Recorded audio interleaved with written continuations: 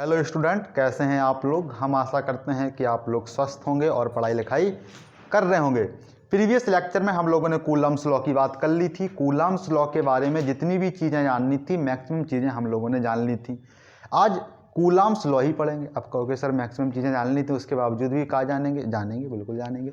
हम लोग पढ़ेंगे कूलम्स लॉ में। हम लोगों ने सीधा सीधा फार्मूला निकाल लिया था। क्या निकाल लिया था कि कूलाम ने कहा था F = K Q2 बटे R²। उसके बाद हम लोगों ने कहा था कि K बराबर होता है 9 × 10⁹। ये वाली चीज़ हम लोगों ने इसके बारे में जान ली थी। उसके बाद K का भी मान निकाला था। K बराबर 1/4πε0 हम लोगों ने वैल्यू निकाली थी। जहां ε0 की भी हम लोगों ने वैल्यू निकाली थी। क्या निकाली थी कि 8.85 × 10⁻⁻12। इनकी यूनिट क्या होती है, यूनिट भी हम लोगों ने निकाल ली थी। सीधी सिंपल करके हम लोगों ने इसमें निकाल लिया था। अब ये क्या था सर, ε0 क्या था? तो ε0 जो होता है उसको हम लोग बोलते हैं निर्वात की विद्युतशीलता। क्या बोलते हैं? निर्वात की विद्युतशीलता। निर्वात की विद्युतशीलता। निर्वात क्या है? जहां पे कोई भी मीडियम नहीं, जहां पे कोई भी मीडियम नहीं है उसे बोलते हैं निर्वात। लेकिन एक चीज हम लोगों ने क्लास 11th में पढ़ी थी, जो कि लास्ट चैप्टर था हम लोगों का, जिसमें पढ़ा था कि दो द्रव्यमानों के बीच में भी एक आकर्षण बल लगता है, जिसको हम लोगों ने न्यूटन्स के फॉर्मूले से हम लोगों ने पढ़ा था। जो फॉर्मूला क्या था, कुछ बच्चे तो नहीं पढ़े होंगे, लास्ट तक पहुंचता ही नहीं, सिलेबस खत्म नहीं होता है।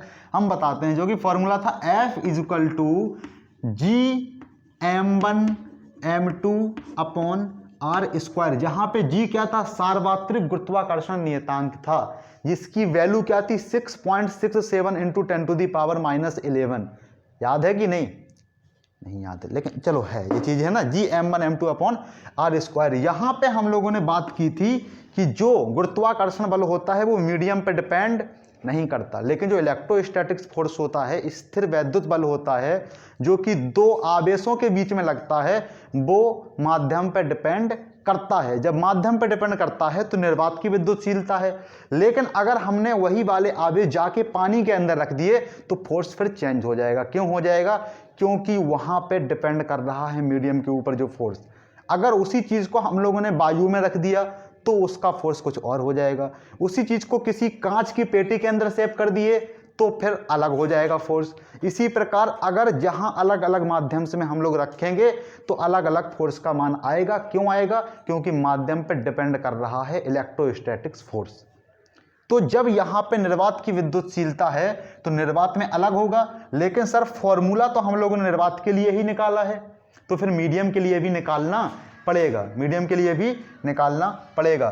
तो अगर ε0 हम लोग निर्वात की विद्युतशीलता मान रहे हैं तो एक ε भी होती है, जिसे हम लोग बोलते हैं माध्यम की विद्युतशीलता। क्या बोलते हैं? माध्यम की विद्युतशीलता। माध्यम की विद्युतशीलता। तो सीधा सीधा फॉर्मूला हो जाएगा। जहां पे निर्वात की विद्युतशीलता थी वहां पे माध्यम की रखोगे तो कह दोगे हो जाएगा काम। तो क्या हो जाएगा? F का मान अगर निकालोगे तो 1/4πε0 की जगह ε क्या माध्यम की निर्वातशीलता हो जाएगी, और Q1 Q2 बटे R², ये हमारा फॉर्मूला हो जाएगा। अब कुछ कलाकारों का यहां तक भी काम नहीं चला, उन्होंने एक और चीज निकाल दी। उसका नाम होता है सापेक्षिक निर्वातशीलता। सापेक्षिक विद्युतशीलता। सापेक्षिक विद्युतशीलता। इसका मतलब क्या है? इसका मतलब तो कुछ नहीं है, लेकिन अब विद्वानों ने निकाला है तो हमें पढ़ना तो पड़ेगा ही, पढ़ना तो पड़ेगा ही। जिसकी वैल्यू होती है ε r। क्या होती है? ε r। ε r एक रेशियो होता है, एक रेशियो होता है जो कि माध्यम की विद्युतशीलता और निर्वात की विद्युतशीलता का अनुपात होता है। यानी ε r अगर निकालोगे तो ε/ε0 निकालोगे। क्या ε r में तुम ε0 का गुणा कर दोगे तो क्या ε नहीं आ जाएगा? बिल्कुल आ जाएगा। ε r की वैल्यू रखोगे ε/ε0 इंटू ε0। ε0 से ε0 कैसे होगा? तो क्या हो जाएगा? m हमारा आ जाएगा। तो कहीं कहीं फॉर्मूले में देखने को मिल जाता है कि 1/4 pi epsilon r into epsilon not into Q1 Q2 बटे r स्क्वायर। कोई दिक्कत इसमें? हमें कोई दिक्कत नहीं होनी चाहिए। क्यों? क्योंकि एप्सिलॉन r की वैल्यू तो epsilon m upon epsilon not है, एप्सिलॉन नॉट से एप्सिलॉन कैंसिल, तो एप्सिलॉन m ही आ रहा है। क्यों? क्योंकि जो आवेश होंगे किसी ना किसी माध्यम में तो होंगे ही होंगे, किसी ना किसी माध्यम में तो होंगे ही। अगर निर्वात में भी हैं तो फिर तो सीधा एप्सिलॉन नॉट रखो जिसका मान हमें पता है। कोई दिक्कत? कोई दिक्कत नहीं। चलो आगे बढ़ते हैं।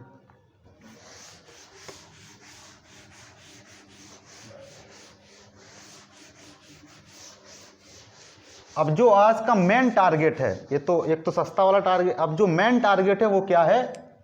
महंगा टारगेट यह है कि हम लोगों को पढ़ना था कि कूलाम के नियम का सदिश रूप, कूलाम के नियम का सदिश रूप। तो पढ़ लेते हैं कूलाम के नियम का सदिश रूप। हेडिंग हम लोगों की है कूलाम के नियम का सदिश रूप। ये बात बताना जरूरी नहीं है कि हम सभी जानते हैं कि जो हमारा फोर्स होता है वो एक सदिश राशि होता है। बल हमारा क्या होता है? सदिश राशि होता है। प्रत्येक सदिश राशि में डायरेक्शंस भी आएगी, सीधी सी बात है। फोर्स है, बल है, तो बल में क्या रहेगी? डायरेक्शन भैया रहनी ही रहनी है। लेकिन एक बात बताओ, क्या कूलाम के नियम को तुम लोगों ने पढ़ा? F बराबर के Q1 Q2 बटे R स्क्वायर। तो यहाँ कहीं पे डायरेक्शन दिख रही है? नहीं दिख रही है। क्यों नहीं दिख रही है? क्योंकि अभी हम लोगों ने सदिश रूप पढ़ा ही नहीं है। अभी तो हम लोगों ने सिर्फ कूलाम के नियम से उस फोर्स का परिमाण निकालना सीखा है, अभी सदिश रूप नहीं पढ़ा है। एक चीज देखो, दो आवेश हैं, एक है Q1 और एक है Q2। दो प्रकार के फोर्स लग सकते हैं, एक लग सकता है आकर्षण और दूसरा लग सकता है प्रतिकर्षण। एक लग सकता है आकर्षण, एक लग सकता है प्रतिकर्षण। अब फोर्स निकालोगे तो प्रत्येक बिंदु पे निकालोगे। किस पे निकालोगे? प्रत्येक बिंदु पे। अब यहाँ पे वो वाला चीज तुम लोग जानते हो, हम ऐसा मान के चल रहे हैं कि त्रिभुज के सदिश का त्रिभुज नियम जो जानते हो, सदिश का त्रिभुज नियम, और समांतर चतुर्भुज नियम भी आप लोग जानते हैं। तो उसके आगे हम लोग बढ़ के बात कर रहे हैं। अगर इस वाले में बात की जाए तो इसके एक अक्षीय रूप में हम लोग डायरेक्शंस में फोर्स लेते हैं। दो ही आवेशों की बात चल रही है तो इसी अक्ष पे ही फोर्स लगेंगे, या तो डायरेक्शंस ये होगी या तो डायरेक्शंस ये होगी। अगर इन दोनों के बीच की दूरी r है, क्या है? r है, तो इन दोनों के बीच की दूरी इससे इसके बीच की या इससे इसके बीच की दूरी क्या रहेगी? सेम रहेगी। अब फोर्स हम लोग दो प्रकार से निकाल सकते हैं, एक या तो Q1 पर निकालेंगे या तो Q2 पे निकालेंगे। अगर बात Q1 की जाए तो हम लोग यहां इसके लिए बात करते हैं R12, और अगर इसके लिए बात की जाए तो करते हैं R21। यानी कहने का मतलब क्या है? R12 का मतलब है कि Q1 पर Q2 के द्वारा लगाया गया फोर्स, Q1 पर Q2 के द्वारा लगाया गया फोर्स। ऐसा निकालेंगे कि अगर R12 लिखा है, देखो R12 बराबर माइनस R21 है, डायरेक्शन चेंज हो रही है लेकिन दूरी का परिमाण क्या है? सेम है। तो अगर यहां पे 1 पहले लिखा है 2 बाद में लिखा है तो हम लोग ऐसा मान के चलेंगे कि जो पॉइंट है वो Q1 पर है, और अगर 2 1 लिखा है तो हम लोग ऐसे मान के चलेंगे कि जो पॉइंट है वो 2 पर है। तो यानी अगर सदिश रूप की बात कर रहे हैं, R12 लिखा है तो Q1 पर Q2 के द्वारा लगाया गया फोर्स। और जब हम लोग इसको जानते हैं कि वेक्टर सदिश को किससे लिखते हैं? कैप से। अगर R12 कैप लिख दें तो हम लोग समझ जाएंगे डायरेक्शंस को। अगर इसी चीज को लिखना होगा तो किस प्रकार लिख लेंगे? F, अगर आवेश 1 पे निकाल रहे हैं तो F12 बराबर हो जाएगा 1/4 pi epsilon not Q1 Q2 बटे R12 का स्क्वायर। और अब यहां पे एक इंटू में लिख देते हैं वेक्टर सदिश R12 का कैप, क्योंकि अगर वेक्टर सदिश को किसी से मल्टीप्लाई करेंगे तो सिर्फ हमें डायरेक्शंस का पता चलना है, वहां पे किसी भी चीज के परिमाण में डिफरेंस नहीं आने वाला। ठीक है ना? तो ये बात हम लोग समझ गए हैं। उसके बाद देखते हैं F21। तो अगर इसी की बात की जाए 1/4 pi epsilon not Q1 Q2 upon R21 का स्क्वायर कर देंगे तो इसमें R21 का कैप से मल्टीप्लाई कर देंगे, ये वाली फोर्स आ गया Q2 पर फोर्स 1 के द्वारा, Q2 पर फोर्स 1 के द्वारा हम लोगों ने दोनों के लिए बात कर ली। अब अगर बहुत सारे आवेश हों, क्या हों, बहुत सारे अगर आवेश हों तो हम लोग किस प्रकार से फोर्स को निकालेंगे। मान लो किसी निकाय में बहुत सारे आवेश फैले हुए हैं, एक है Q1, एक है Q2, एक है Q3, एक है Q4, एक है Q5, एक है Q6, ऐसे करके बहुत सारे हैं। मान लो Qn है, क्या है, Qn है। एक सिस्टम में इतने सारे फोर्स हैं। अब हमें इन सब का फोर्स निकालना है, तो फोर्स अगर निकालना है तो फोर्स किसी बिंदु पे निकालोगे, किसी एक पॉइंट पे निकालोगे, और पॉइंट ही हमारे पास जितने आवेश हैं वही सारे पॉइंट रहेंगे। मान लो हमें Q1 पे निकालना है, अगर फोर्स Q1 पे निकालना है तो हम लोग सबसे इसकी दूरियों को नापेंगे, Q13 निकालेंगे, Q15 निकालेंगे, Q16 निकालेंगे, Q12 निकालेंगे, Q14 निकालेंगे, Q1n ऐसे करके निकालते जाएंगे। यानी अगर हम लोग फोर्स 1 पे निकालें, F1 पर निकालें तो क्या निकालना पड़ेगा, F12 निकालना पड़ेगा, F13 निकालना पड़ेगा, प्लस F14 निकालना पड़ेगा, डैश डैश डैश करके F1n हम लोगों को निकालना पड़ेगा। अब ये 12 क्या दिखा रहा है, 1 पर फोर्स 2 के द्वारा, 1 पर फोर्स 3 के द्वारा, 1 पर फोर्स 4 के द्वारा, ऐसे डॉट डॉट करके जितने भी आवेश रहेंगे उसके द्वारा उस पॉइंट पे निकाल लेंगे। अगर यहाँ पे 1 पे नहीं निकाल के 2 पे निकालना पड़ता तो 2 पर 1 के द्वारा, 2 पर 3 के द्वारा, 2 पर 5 के द्वारा, 2 पर 4 के द्वारा, ऐसे करके जितने भी आवेश रहते हम लोग निकाल लेते।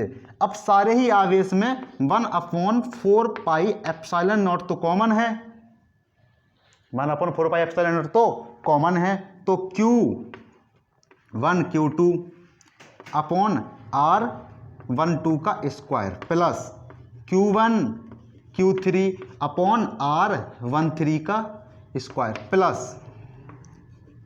Q1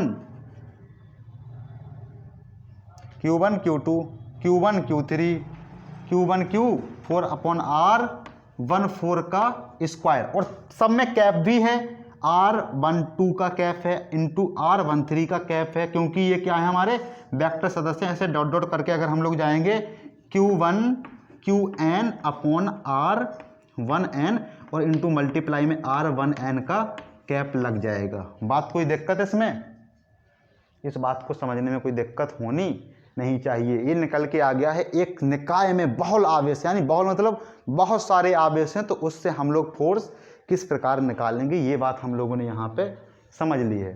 ठीक है ना, इस बात को लिख लेना है। सबके मल्टीप्लाई में वेक्टर सदिश भी लिखा है। वेक्टर सदिश जानते हो, किसी भी चीज़ के अगर वेक्टर सदिश को मल्टीप्लाई करते हैं तो सिर्फ डायरेक्शन उसमें डिसाइड होती है, उसके परिमाण में कोई भी डिफरेंस नहीं आता। ठीक है, देख लो। हम लोग आगे चलते हैं।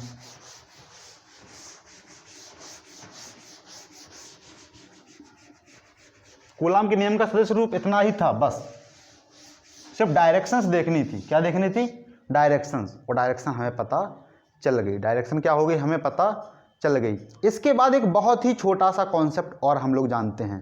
छोटा सा कॉन्सेप्ट क्या है कि हमारे एनसीईआरटीज में एक तुलना की गई है। क्या की गई है, तुलना की गई है वैद्युत बल।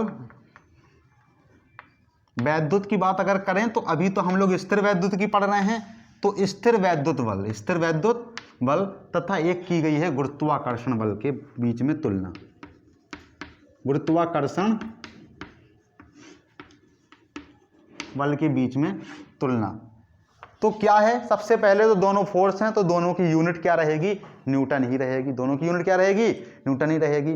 गुरुत्वाकर्षण जो बल होता है वो दो द्रव्यमानों के बीच में लगता है, जानते हैं, बेसिक सी चीज़ है, दो द्रव्यमानों के बीच में लगता है। लेकिन ये इतना कम होता है कि हमारे दो दो पहाड़ भी गाँव में रखे रहते हैं तब भी वो एक दूसरे को अट्रैक्ट करके तुम्हें महसूस नहीं होता है। यानी टन भी, कई टन भी किलोग्राम वजन है तो वो महसूस नहीं होता है। क्यों नहीं होता है? क्योंकि इसका जो गुरुत्वाकर्षण, सार्वत्रिक गुरुत्वाकर्षण नियतांक का जो कांस्टेंट है जी, उसकी वैल्यू क्या होती है 6.67 इंटू 10 टू दी पावर -11। और -11 में तुम इकाई दहाई सैकड़ा से देखोगे तो 11 जीरो में देख लेना, इकाई दहाई सैकड़ा, हजार, 10,000, लाख, 10 लाख, कितने नेगेटिव में चला जाएगा, यानी पॉइंट में। ये तो बहुत ज़्यादा हो गया। यानी कि जब हमारे कोई ग्रह जैसे द्रव्यमान यानी पृथ्वी, सूर्य, इनके बीच में ही महसूस हो पाता है। उसके बाद अगर हम लोग इलेक्ट्रोस्टैटिक्स फोर्स की बात करें तो अगर 1-2 कूलाम भी आवेश है तो पर्याप्त मात्रा में बल देखने को तुम्हें मिल जाता है। और एक बात और समझना, ये क्लास 10th में अगर तुम लोगों ने थोड़ी सी भी वैद्युत पढ़ी होगी तो पता चला होगा वहाँ पे कि 1 कूलाम में कितने इलेक्ट्रॉन्स होते हैं। अगर नहीं है तो हम लोगों ने इसके पहले एक फॉर्मूला पढ़ा है, क्या पढ़ा है, Q = NE, जहाँ पे Q को 1 कूलाम लिखना, N को तो N लिख लेना, N तो नंबर ऑफ इलेक्ट्रॉन्स निकाल रहे हैं, और E जो है ना 1.6 इंटू 10 टू दी पावर -19 लिखना। तब तुम्हें पता चलेगा कि 1 कूलाम आवेश के अंदर कितने सारे इलेक्ट्रॉन्स होते हैं। तब तुम्हें पता चलेगा कि कितने सारे इलेक्ट्रॉन्स 1 कूलाम के अंदर होते हैं। तो वहाँ से पता चल जाएगा कि हमारा जो स्थिर वैद्युत बल है वो कितना विशाल बल है। ठीक है ना? तो कहने का मतलब क्या है कि स्थिर वैद्युत बल बहुत तीव्र बल है और गुरुत्वाकर्षण बल बहुत क्षीण बल है, बहुत क्षीण बल है, यानी बहुत ही दुर्बल है। और इलेक्ट्रोस्टैटिक्स फोर्स क्या है, बहुत ही बड़ी मात्रा में है। ठीक है ना? दूसरी चीज क्या है कि गुरुत्वाकर्षण बल सिर्फ आकर्षण बल है, लेकिन स्थिर वैद्युत बल आकर्षण भी है और प्रतिकर्षण भी इसके अंदर है। अगर दोनों आवेश नेगेटिव हैं तो एक दूसरे को प्रतिकर्षित करेंगे, दोनों आवेश पॉजिटिव हैं तो एक दूसरे को प्रतिकर्षित करेंगे। लेकिन अगर यहीं पे विजातीय आवेश आ गए, एक पॉजिटिव और एक नेगेटिव, तो एक दूसरे को अट्रैक्ट कर लेंगे। ये बात भी हम लोग जानते हैं। ठीक है ना? इसके बाद एक चीज और देखो, एक बात कही गई है कि एक इलेक्ट्रॉन और एक प्रोटॉन के बीच में तुलना करो कि कौन सा फोर्स ज़्यादा है और कौन सा फोर्स कम है। तो सीधी सी बात है, इलेक्ट्रोस्टैटिक फोर्स ज़्यादा है, गुरुत्वाकर्षण बल कम है। लेकिन फिर भी तुलना करनी है तो हम लोग एक फॉर्मूले से इसको लिख करके निकाल लेंगे, जिसको कमेंट बॉक्स में आप लोगों को आंसर देना है। यहाँ पे Fg का मान होगा Gm1m2/r²। अब कहोगे सर इलेक्ट्रॉन के ऊपर आवेश तो हमें पता है 1.6 × 10⁻⁻19, और यहाँ भी पता है 1.6 × 10⁻⁻19। ये प्लस में है, ये नेगेटिव में है। और r की बात अगर की जाएगी तो r तो दोनों के लिए सेम है, और जब तुम तुलना करोगे तो Fg अपॉन चाहे Fe कर दो, चाहे Fe अपॉन Fg कर दो, तो दोनों r तो कैंसिल हो जाएंगे, दूरी की कोई बात नहीं है। लेकिन अब कहोगे कि सर इलेक्ट्रॉन का द्रव्यमान क्या होता है और प्रोटॉन का द्रव्यमान क्या होता है, तो इलेक्ट्रॉन का यानी मास ऑफ इलेक्ट्रॉन्स जो होता है 9.1 × 10⁻31 किलोग्राम होता है, और जो प्रोटॉन का द्रव्यमान होता है यानी m(p) जो होता है 1.67 into 10 to the power -27 kilogram होता है। एक बात और है, प्रोटॉन का द्रव्यमान इलेक्ट्रॉन के द्रव्यमान से बहुत ज़्यादा है। कितना ज़्यादा है? 3 और 1 4, इकाई दहाई सैकड़ा हजार और 10,000, लगभग 10,000 गुना क्या है, ज़्यादा है प्रोटॉन का द्रव्यमान इलेक्ट्रॉन के द्रव्यमान से। खैर इसकी यहाँ पे ज़रूरत है नहीं। अगर जी का भी मान किसी को पता नहीं है तो हम जी का भी मान बता देते हैं। कैपिटल जी का मान है 6.67 इंटू 10 टू दी पावर -11। एक छोटा सा काम और करना है, चलो ये काम हम कर देते हैं क्योंकि लेक्चर बहुत अभी छोटा है। जी की यूनिट हम लोग निकाल लेते हैं, सार्वत्रिक गुरुत्वाकर्षण नियतांक की। तुम लोगों को मान किसका निकालना है? Fe/Fg का। तो एनसीईआरटी बुक में से कॉपी करके इसको नहीं भेज देना, उसमें एग्जाम्पल है तो उसका कॉपी करके यहाँ पे आंसर नहीं भेज देना है, खुद से सॉल्व करके इसको भेजना है। ठीक है ना? Fe/Fg को। उसके बाद हम लोग क्या निकाल लेते हैं, अब जी की यूनिट निकाल लेते हैं सार्वत्रिक गुरुत्वाकर्षण नियतांक की। चलो ठीक है, ये बात हो गई। अगर जी की यूनिट निकालनी है, यूनिट, तो पहले तो फॉर्मूला लिख लो, F = Gm1m2/r²। जब G बराबर करोगे तो F r²/m1m2। अब देखो F क्या होता है न्यूटन, R क्या है metre square upon kilogram into kilogram, m1 का भी और m2 का भी, किलोग्राम इंटू किलोग्राम क्या हो जाएगा किलोग्राम स्क्वायर। यही आ गई हमारी G की यूनिट आ गई। अरे बड़े आराम से आ गई है। तो G बराबर newton metre square upon kilogram square. बहुत ही आसान थी है, ठीक है ना। तो 20 ही मिनट का है लेक्चर। आज हम लोग यहीं पे चीज़ों को समाप्त करते हैं। इसके आगे अगले लेक्चर में हम लोगों को पढ़ना है, क्या पढ़ना है, क्या पढ़ना है, हम लोगों को पढ़ना है विद्युत रेखाओं के बारे में पढ़ना है। उसके बाद पढ़ेंगे विद्युत क्षेत्र की तीव्रता के बारे में, ठीक है ना। तो आज के लिए इतना ही, मिलते हैं अगले लेक्चर में।